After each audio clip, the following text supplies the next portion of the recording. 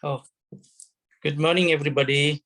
Today is November 15th, 2021. This is Buddhism 430, Buddhist meditation traditions. Last week we did the midterm exam, and I saw most of you have submitted your answers, but still I do not know how many people in the class, because I'm getting emails quite often and I have to go through all of them and grade you.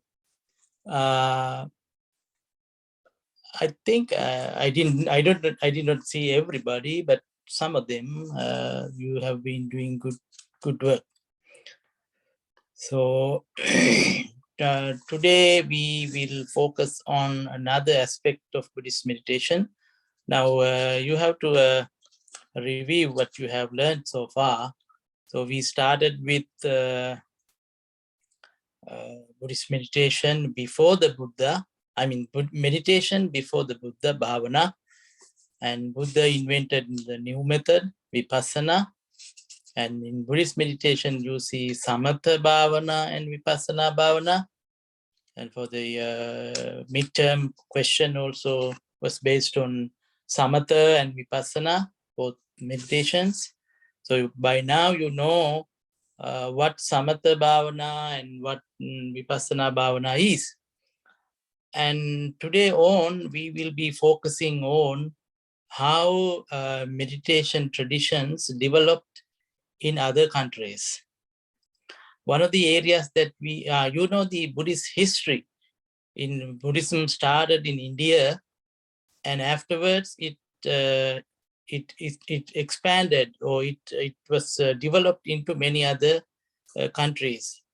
In the earliest history of Buddhism, it crossed the sea and it went to Sri Lanka. We are not focusing on that history, but for you to understand things better, I'm explaining this thing.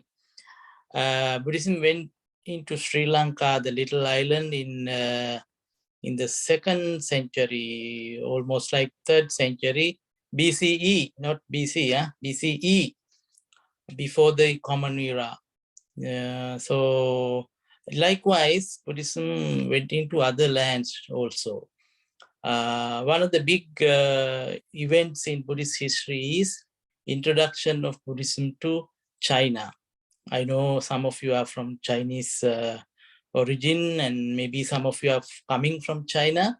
So China plays a big role in the development of Buddhist meditation. You know, when Buddhism was first introduced into China, it was through monks and merchants. Monks and merchants, those are the two groups that Buddhism carried to China. You know, the Silk Route, you must have heard the name Silk Route.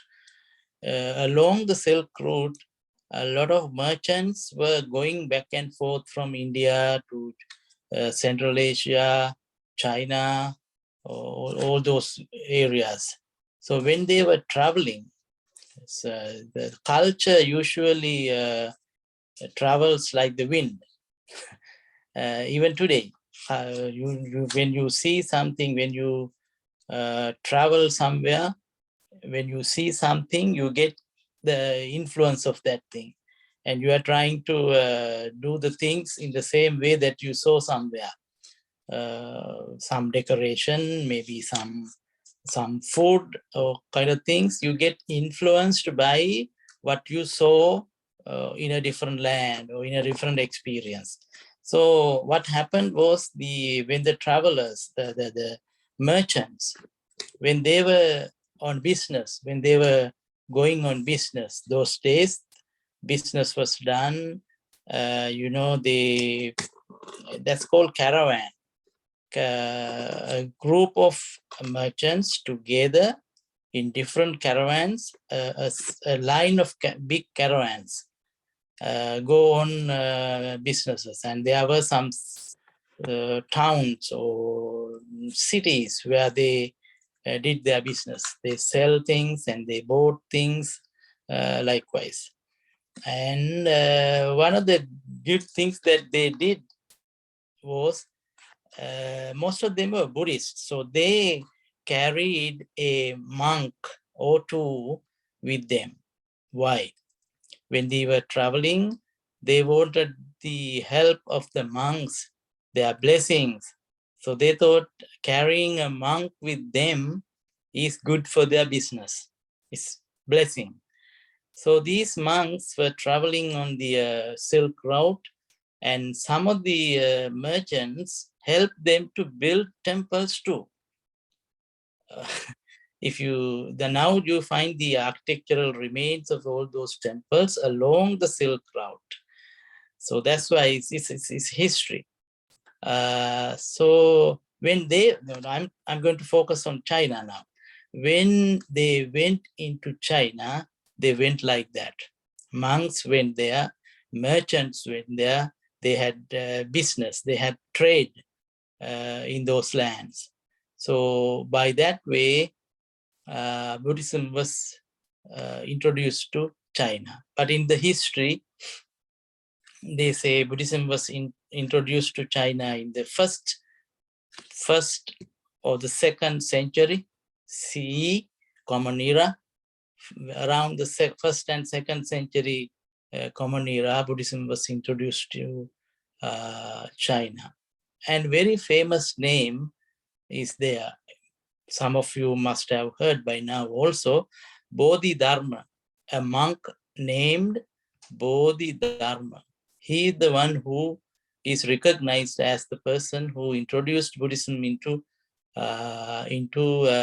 China. Maybe not, maybe some other person, but they recognize Bodhidharma as the foremost among others who introduced Buddhism to China. One of the things that we are not focusing on the history here, but we are talking about the development of Buddhist meditation. So when Bodhidharma introduced Buddhism, Bodhidharma is the one who brought dhyana meditation into China. You must have heard the word by now, dhyana. Dhyana is contemplation, concentration, absorption, if you want to translate. When we were talking about the Samatha Bhavana, the main practice of Samatha Bhavana is to concentrate on one object, concentrate on one thing, and you are trying to achieve the what you may call the concentration, one-pointedness of mind. One-pointedness of mind. I told you our mind is not one-pointed. It's not focused. It's jumping here and there, circling and going here and there. So in Samatha, in Dhyana, the other word is Dhyana. In Dhyana, what you try to achieve is the keeping your mind focused on one thing, Dhyana. So this is the practice that in India, it started in India. They call it Dhyana meditation. When Bodhidharma went into China, he was able to introduce this system into China. One of the great things in Buddhism is wherever it goes, what land, what country, what culture it went into, the beautiful thing happened was that Buddhism could take the shape of that culture. The English word for this is assimilation. When you go into a different setting, you get assimilated, you get used to that system, and you become a part of that system, that culture, that society. So when Buddhism went to China, it is Indian origin, right? Buddhism is of Indian origin. It had the Indian flavor. But when it went to China, it took the Chinese flavor added to it. Usually the English word is signification. They use the word Sinification, Sinification, Sinification of Buddhism. That means getting assimilation of Buddhism into Chinese society, Chinese culture. Two different cultures, right? Indian and Chinese. So Buddhism coming from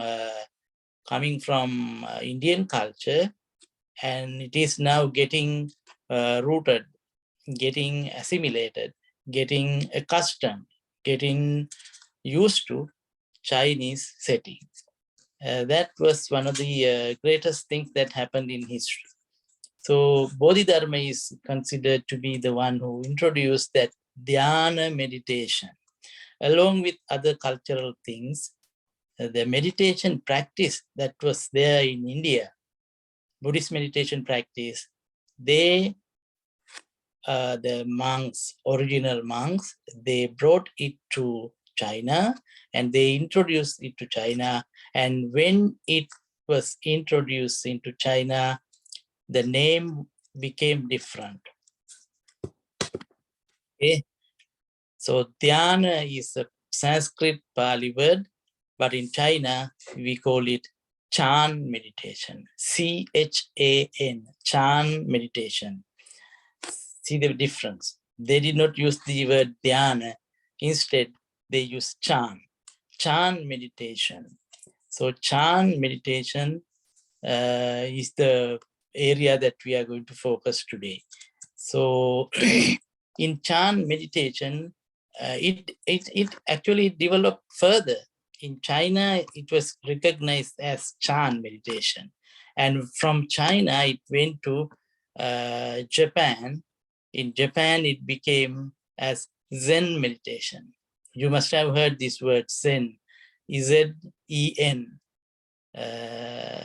Zen meditation. So Zen is a result of Chan. Beautiful thing, huh? Started in India as dhyana, went into China and became Chan, and then it crossed to, where?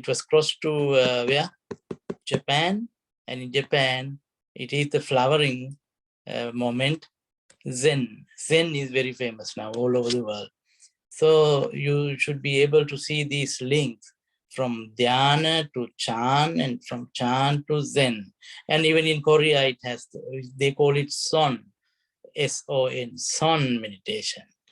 Anyhow, the idea is in Chan, because we are focusing on that area today, in Chan Buddhism, there are some prominent, we call the patriarchs. I don't know whether you are familiar with this word. If not, please check.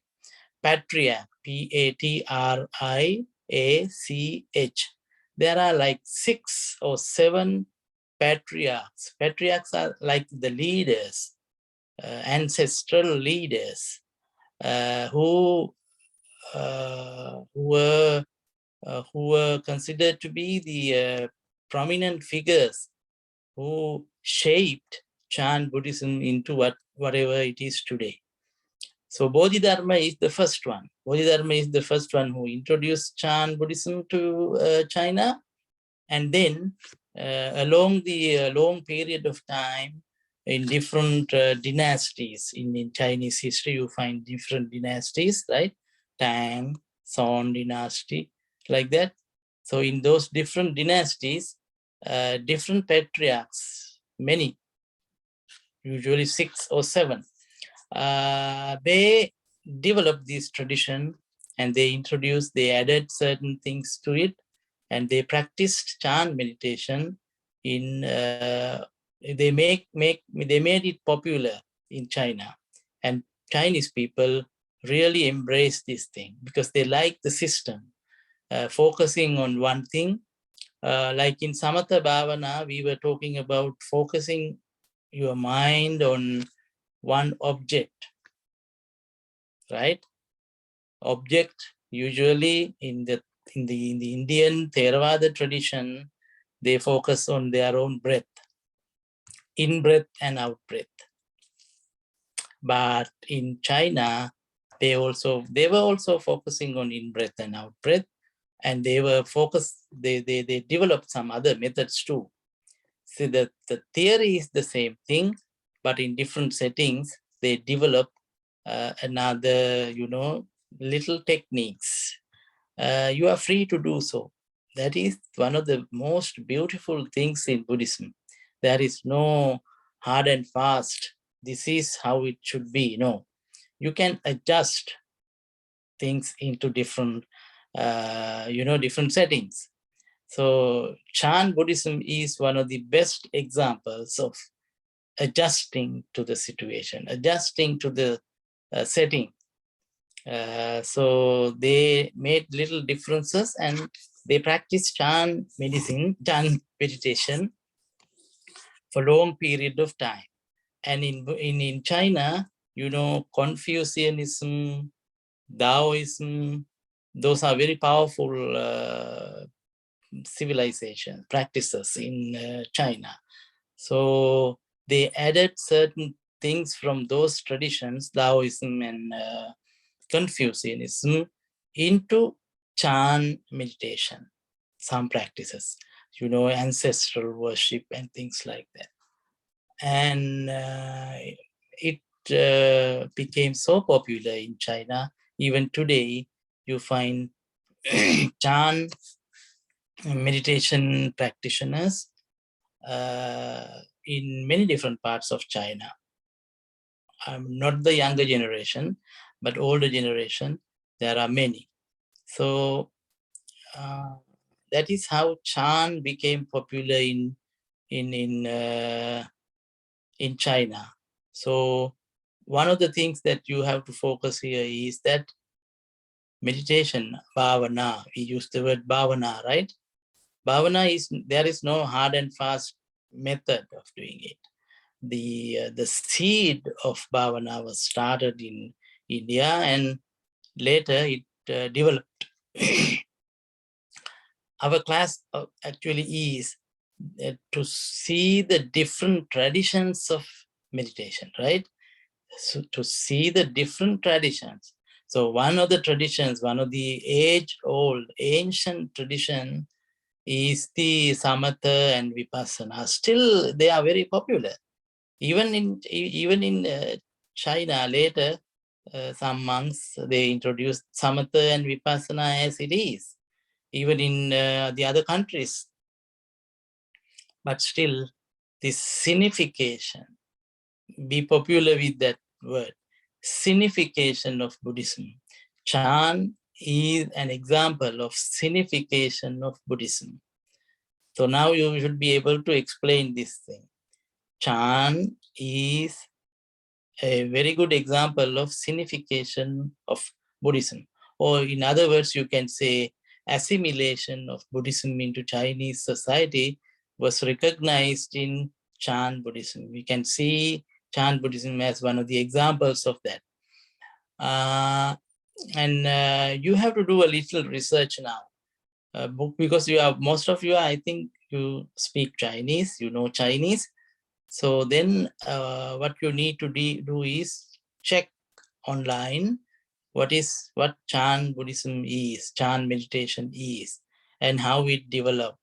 What are the characters? I don't know Chinese personally. So the character for Chinese character for Chan, then it might give you a better understanding than what I explained here.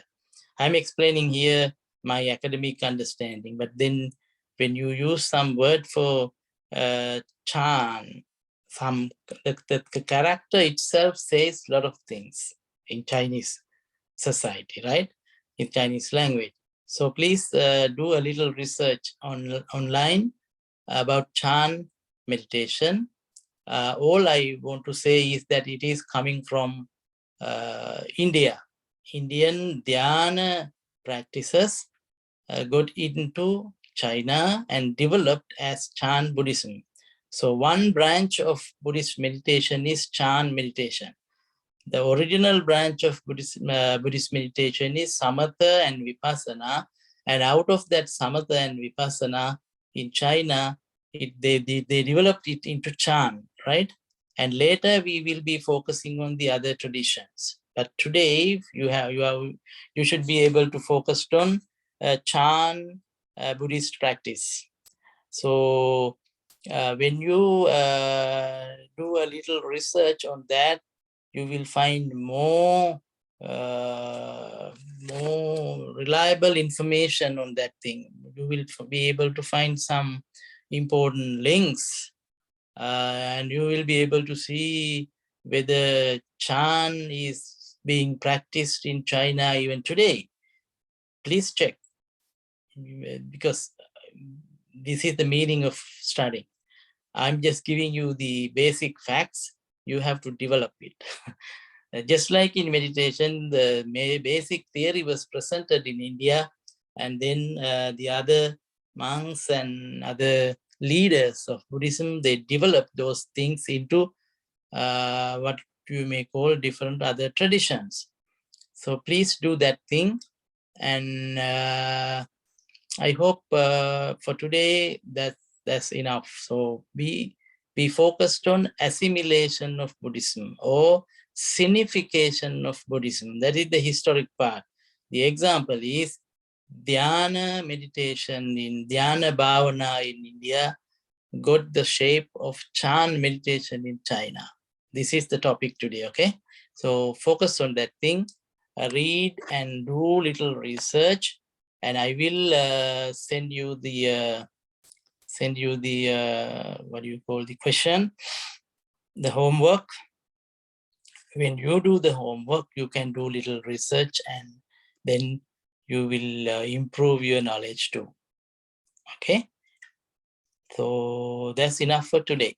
Thank you very much. If you have any question, please email me or call me. The easier way for you to understand things. So thank you and good luck.